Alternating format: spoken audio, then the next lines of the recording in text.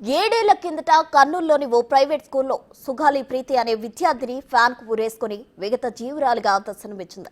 సుగాలి ప్రీతి ఊరేసుకుని చనిపోయిందని స్కూల్ యాజమాన్యం పేర్కొనగా school correspondent కుమారులు అత్యాచారం చేసి చంపేశారని బాలిక తల్లిదండ్రులు ఆరోపించారు. ఈ సంచలన కేసు ఇప్పటికీ అపరిష్కృతంగానే ఉంది. AP deputy CM Pawan Kalyan కూడా సుగాలి ప్రీతి వ్యవహారంపై పలుమార్లు ఆవేదన వ్యక్తం చేశారు. తాము అధికారంలోకి వస్తే తప్పకుండా న్యాయం చేస్తామని భరోసా ఇచ్చారు. ఈ నేపథ్యంలో సుగాలి ప్రీతి తల్లి పార్వతీదేవి నిన్న అమరావతిలోని రాష్ట్ర సచివాలయంలో ఏపీ హోంమంత్రి అనితను కలిశారు. తమ కుమార్తెకు జరిగిన అన్యాయం పట్ల వివరించారు.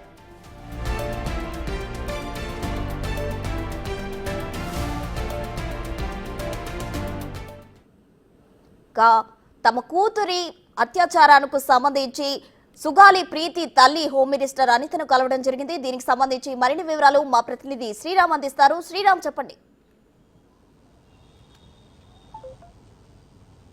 కర్నూలు సంబంధించినటువంటి కట్టమంచి రామలింగారెడ్డి స్కూల్లో 2017 ఆగస్టు 19న జరిగినటువంటి ఘటన, అత్యాచార ఘటన ఏదైతే ఉందో, రెండు తెలుగు రాష్ట్రాల్లో అత్యాచారం చేసి క్లాస్ రూమ్ సంబంధించినటువంటి ఆ ప్రాంతంలోనే అమ్మాయిని అత్యాచారం చేసిన తర్వాత ఆ యొక్క ఘటనను ఫ్యాన్కు ఉరివేసుకున్నట్లుగా సంబంధించినటువంటి స్కూల్ సంబంధించినటువంటి యాజమాన్యం ఆ రోజు చెప్పడం జరిగింది. అయితే జరిగినటువంటి ఘటనకు సంబంధించి ఆగస్టు 19న 2017న జరిగినటువంటి ఆ ఘటన ఏదైతే ఉందో, ఘటన తర్వాత కర్నూలు సంబంధించినటువంటి ప్రభుత్వ సర్వజన వైద్యశాలలో ఉండేటటువంటి డాక్టర్లు కూడా అక్కడ దాదాపుగా బాలిక సంబంధించినటువంటి బాలికను లైంగికంగా అత్యాచారం చేయడం జరిగింది. చేసినటువంటి క్రమంలో దాదాపుగా 2.5 mm సంబంధించినటువంటి స్పెమ్ కూడా అమ్మాయి సంబంధించినటువంటి బాడీలో ఉందంటూ కూడా గతంలో డాక్టర్లు ఇచ్చినటువంటి పోస్ట్ మార్టం రిపోర్ట్లో గతంలో ఇవ్వడం జరిగింది. అయితే రాజకీయ సంబంధించినటువంటి ఒత్తిళ్లతోనే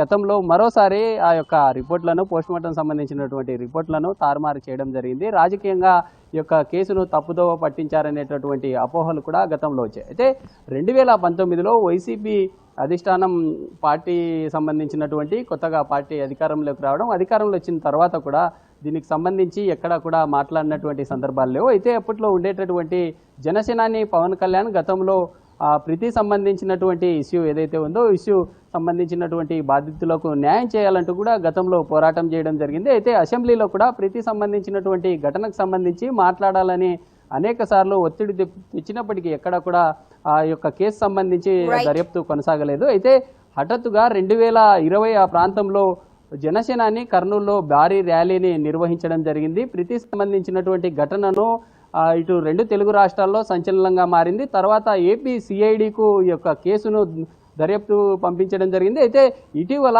ఈ యొక్క కూటమి ప్రభుత్వంలో డిప్యూటీ సీఎంగా ఉన్నటువంటి పవన్ కళ్యాణ్ బాధితులను ప్రత్యక్షంగా పిలిపించి మాట్లాడడం జరిగింది. ఈ ఘటనకు సంబంధించి హోమ్ మినిస్టర్ను కూడా చెప్పడం జరిగింది. ఈ ఘటనను సీరియస్గా తీసుకోండి, బాధితులకు న్యాయం చేయాలని చెప్పడంతో ఈ ఘటనకు సంబంధించి బాధితులు కూడా న్యాయం చేయాలని కోరినట్లుగా తెలుస్తాం. Right Sriram, thank you.